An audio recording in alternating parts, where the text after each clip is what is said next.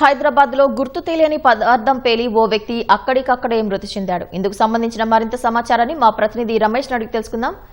రమేష్, ఈ ఘటనకు సంబంధించి కారణాలపై స్పష్టత వచ్చిందా? మీర్పేట పోలీస్ స్టేషన్ పరిధిలో ఒక టెంట్ హౌస్ గోదాం సమీపంలో కూడా ఈ పేలుడు సంభవించిందని చెప్పి కూడా స్థానికులు ఇచ్చిన సమాచారంతో కూడా పోలీసులు ఘటన స్థలానికి అయితే చేరుకోవడం జరిగింది.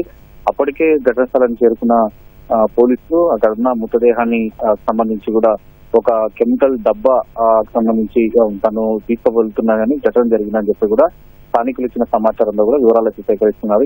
ఈ దాటికి ఆ డబ్బా తీసుకువెళ్తున్న వ్యక్తి ఎవరైతే ఉన్నారో అతన్ని శరీర భాగాలన్నీ కూడా విచ్చవిల్లుగా పడిపోవడం, తర్వాత కొద్దిగా 50 మీటర్ల దూరంతో కూడా శరీర భాగాలు పడిపోయినట్లు కూడా పోలీసులు అయితే గుర్తించడం జరిగింది. అసలు ఈ ఘటనకు సంబంధించి అసలు ఆ పేలుడు పదార్థం ఏంటిది, తర్వాత ఈ ఘటన ఎప్పుడు జరిగింది, ఆ సమయంలో ఇంకెవరున్నారు, తర్వాత ఈ ఘటనలో ఇలాంటి ప్రాథమిక వివరాలు అయితే ప్రస్తుతం అయితే పోలీసులు అయితే సేకరిస్తున్నారు.